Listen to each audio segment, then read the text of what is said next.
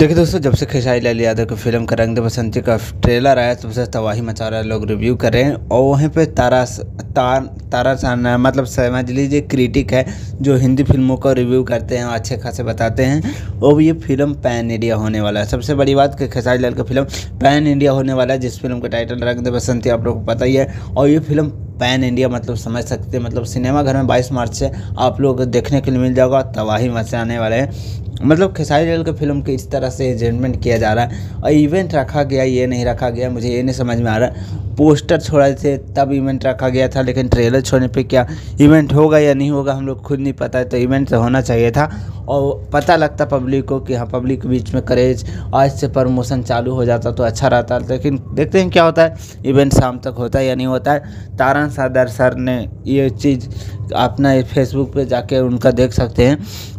नाम थोड़ा बोलने में भूल रहा हूँ यार, थोड़ा सा मिस्टेक हो रहा है, नाम थोड़ा हिचकिचा रहा हूँ थोड़ा सा वीडियो बनाने में, से ज़्यादा कुछ नहीं बोलता हूँ। Love you bye.